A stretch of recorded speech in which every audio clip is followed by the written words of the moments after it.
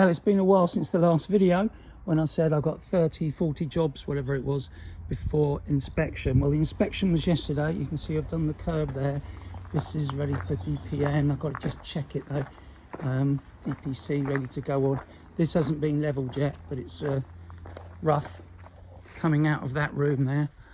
The water pipes, I did have them laid everywhere so that we've got rainwater coming in and going up to the loft, going over to the tap, which would be over there. That's the black with the green pipe, and the blue one, and it also goes up to the loft where it will supply the toilets.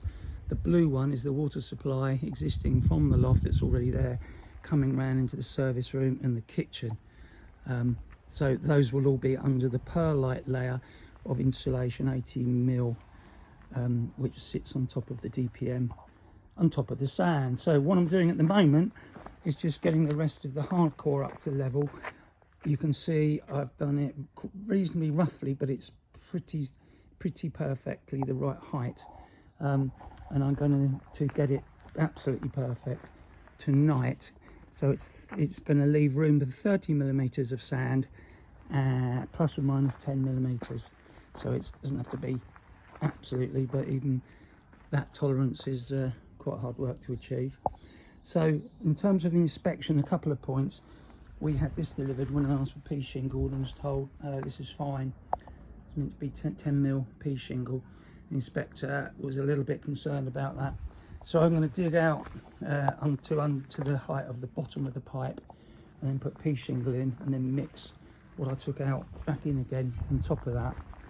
Didn't seem so bothered about the shingle here, but I can reduce that down a little bit before putting the pea shingle in there. All the drains passed and sand over there on the water harvester.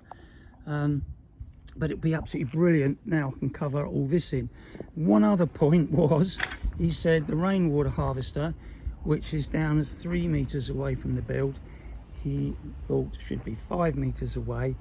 I said, no, I understand the soakaway has to be minimum of 5 meters, but the rainwater harvester, which of course is a sealed tank, can be 1 meter away, and I need to find that in the documentation to forward to him.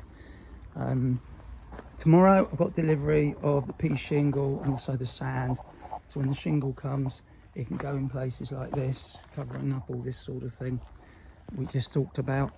But that will mean I can then put the hardcore down over the top.